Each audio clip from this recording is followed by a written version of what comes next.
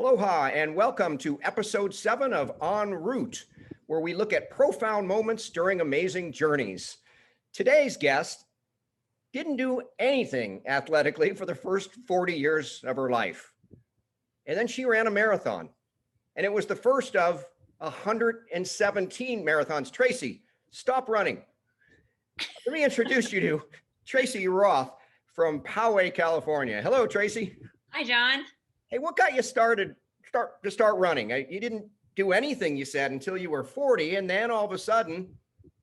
Yeah, I'd been a Girl Scout growing up. I watched TV. I did the things that kids did playing in the yard. Didn't even ride a bike, didn't know how to swim, just lived the Southern California life of just hanging out. And when I became an adult, I would do things with my kids, but then I wasn't really athletic at all. And lost my mom to breast cancer right before my 40th birthday. And I thought I really need to find a way to move forward. I was having a hard time moving forward. And some friends suggested running with them. And I thought, I've never run before. Why would I start running now? And they said, it will really help you just to process that. And I thought, well, I'm just laying in bed every night. I'm not sleeping anyway. No one really needs me at 5 a.m. I'm not mom, wife, teacher at 5 a.m. So I just started getting up and running and kind of felt like Forrest Gump, running more and more and more. And the more I was running, the more I needed to run just to feel better and get through the day. And it really helped me to move forward. And you found out you were pretty good at it too, right? Well, and then a friend suggested, why don't we run a marathon? I'm like, a marathon? Are you crazy? That's 26.2 miles. And I couldn't imagine doing that. And we went on a training run together. And I thought, I think I can do this. Yeah. Now, oh, go ahead. That first marathon, you were what, 17 minutes away from qualifying for a Boston Marathon. What a surprise to cross the finish line on my first marathon and found out, wow, I'm 17 minutes off of qualifying for the Boston Marathon, which is the only marathon that you have to qualify to run. And it's kind of the peak of running for all the non-runners, right? Isn't Boston? Oh, definitely. Yeah, people strive for that. People spend their whole lives striving to reach that goal of qualifying for the Boston Marathon. And so am I right? Am I right in saying you've done 4 Boston marathons amongst everything you've done? Yeah, I try to qualify at least once per year of all my years of running, and I go every few years just because it's a great place to be. I love being in Boston. There's always a home Red Sox game that weekend, and it's just the whole camaraderie of the runners, thousands of runners from all over the world at Boston. It's a great place to be. Right on. Well, we focus on profound moments during amazing journeys. I'm going to consider your amazing journey, your decade and a half plus of running a marathon in every state. But of all the notes you shared with me, I have to think clearly the most profound running experience, marathon experience, was yours in Boston in 2014. Am I right with the year? Well, 2014 was the year after the Boston bombing. Okay. So that was pretty special to me.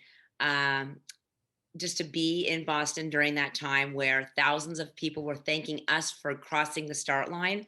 And I was thinking, well, I'm thanking you for being on the sidelines to cheer for us. They had the most people cheering ever in the history of the Boston Marathon. Over 1 million people showed up to cheer for us. And I was just crying at the finish line as we went by and saw the memorials that were set up for the victims of the Boston bombing. It was just incredible. And then Meb, who's from San Diego, wins the Boston Marathon, the first American to win the Boston Marathon in 35 years, wins in 2014. And he's a friend of mine. So that was really incredible for us to be a part of that. And then I met Celeste Corcoran, who lost both of her legs at the Boston bombing. Her sister was running at the marathon, and she was at the finish line to cheer her sister in for her very first marathon and lost both of her legs. It was a family tragedy. Her daughter almost died when she was almost bled out, and she was in surgery also after the Boston Marathon. So it's just crazy for their family. I met Celeste in San Diego. And then in 2015, I was running to train for Boston qualifying marathon, and I got hit by a car, spent quite a time in the hospital in trauma. I had brain damage. And a few months later, I thought, well, I'm not going to run Boston this year because I didn't qualify for the marathon. And Celeste reached out to me and said, I have a bib that the Boston Marathon has given to me, And they said, if you raise money for my charity, I can give you this bib. And I said to her, well, I can't run the marathon. I didn't qualify. She said, why don't you come to Boston? Why don't you qualify at Boston? I'll meet you at the finish line. That in 2016 was pretty amazing for me. So it was kind of full circle because I raised money for her charity. She gave me her bib, and then I was able to qualify by 24 seconds. Oh man, that's fantastic. I am going to drop in a few pictures here as we speak now. And if you can just tell me a little about each. I do have a picture of you and Celeste to follow, but if we can start with the first one here and tell me what year. And So that was my first Boston Marathon. Or was that my 2014? I'm wearing a Challenge Athletes outfit, which is in San Diego, and Challenge Athletes raises money to get prosthetics for anybody who needs them, who, if they're born with birth defects, or if they lose a limb in an accident or anything from cancer or anything like that. So I've always supported the Challenge Athletes Foundation. There we go. And that's when Celeste met me at the finish line. I raised money for her charity called 50 Legs. And that was just a really special moment for her to meet me there at that finish line. Really brought it full circle for me to come back, have that comeback marathon, and be moving forward again. You've had great experiences in Boston. Here's another one. I just love this shot. Tell me a little about the Fenway Marathon. When did they start doing marathons in baseball parks? So Dave McGilvery is the race director for the Boston Marathon. He has always been a baseball fan. He's always been a Red Sox fan. He grew up in Boston. He wanted to play baseball more than anything, and that didn't happen for him. And after he was the race director for the marathon for a few years, he thought, you know what? I really want there to be a marathon in a ballpark. So he chose Fenway. He was able to pull that off. And because I'm friends with him on Facebook, he said, all right, who's in? First 50 people.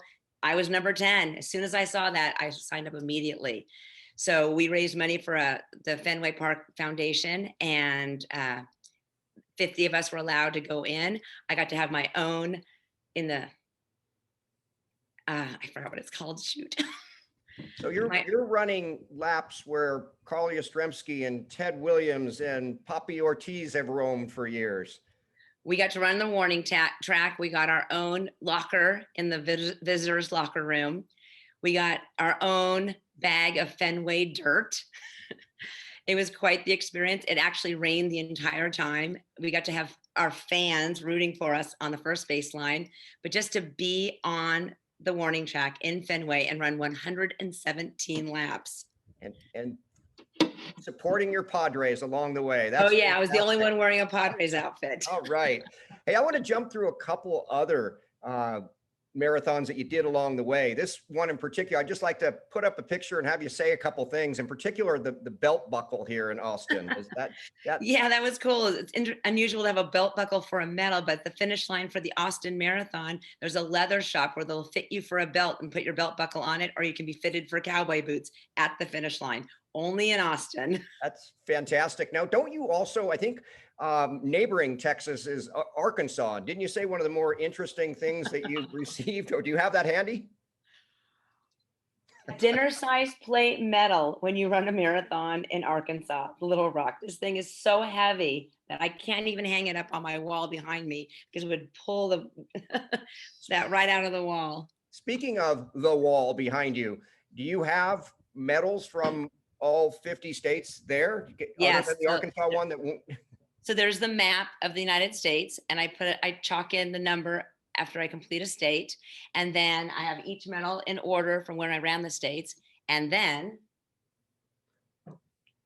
I have a shirt, 50 States Marathon shirt. And as I ran through each state, I circled each state to kind of. That is fantastic.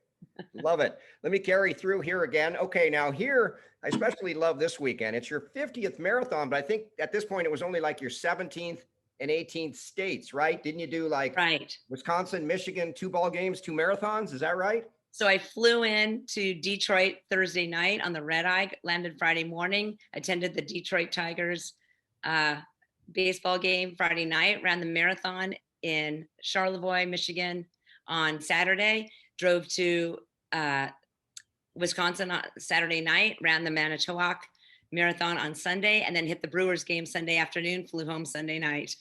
That's fantastic. I got a quick question within your quest here. How many? One of the things you were trying to do is see every major league ballpark in the course of running a marathon in every state. How many have you reached today? What's your? Well, only 15 of the ballparks, but darn it, when I ran the Cincinnati Marathon, the Reds weren't in town that day. So you're only halfway there. Good. You've got something to chase still. Let's keep Yeah. going. I love this shot. Where are we? Jackson, Mississippi? Mississippi Blues Marathon, where you get jambalaya at the finish line and you get all kinds of blues music, and you can see the medal around my neck is the shape of a guitar. So much fun. Just really fun marathons in the South.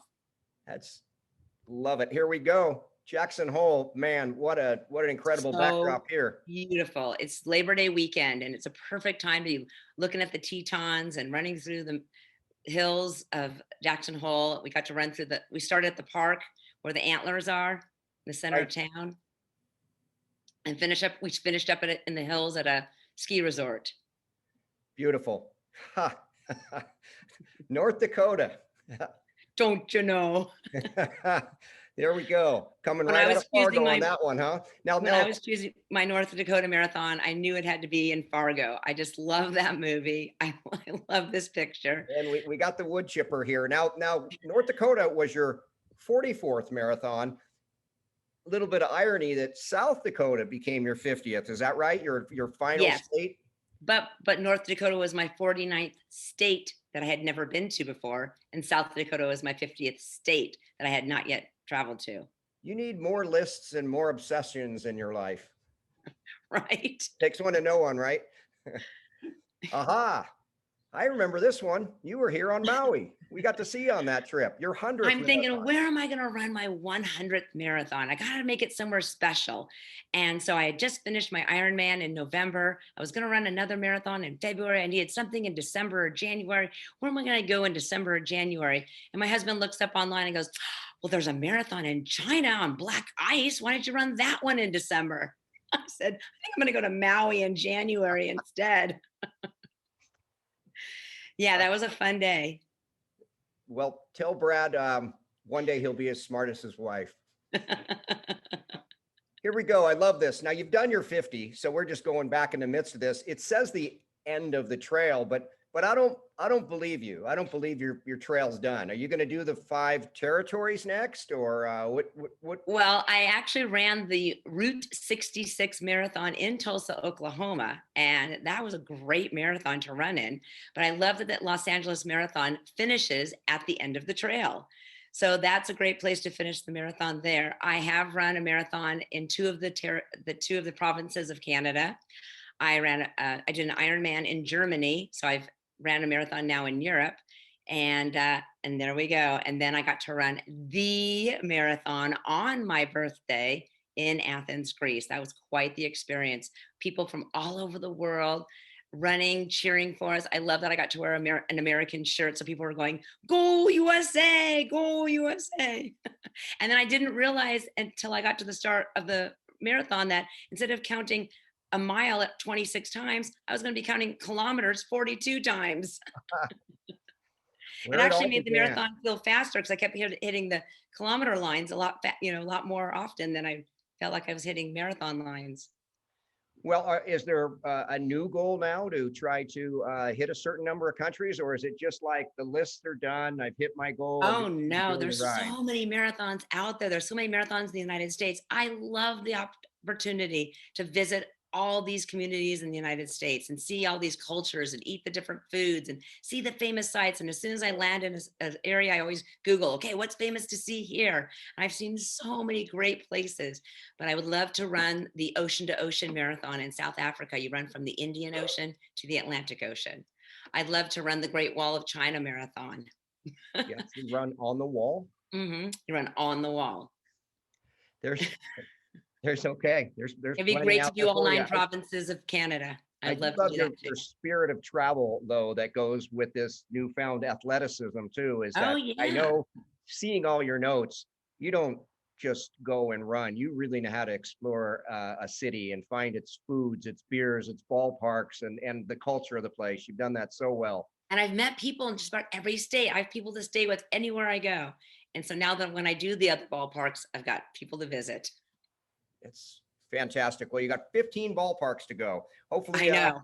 maybe I'll see you in one of those in the Red Sox Padre World Series this year. Might That be sounds wishful thinking, awesome. but it's April and we can think that way. So, Tracy, thank you so much for being on the show. Let me do a quick plug for next week and then hang on. We'll get back and we'll chat a little more. All right. Sounds good. So thank you for watching today. Next week on episode 8, I have a gentleman who lost his wife at a very young age. And one of her last wishes is that he would take her ashes to Haleakala volcano right here on Maui and to sail here.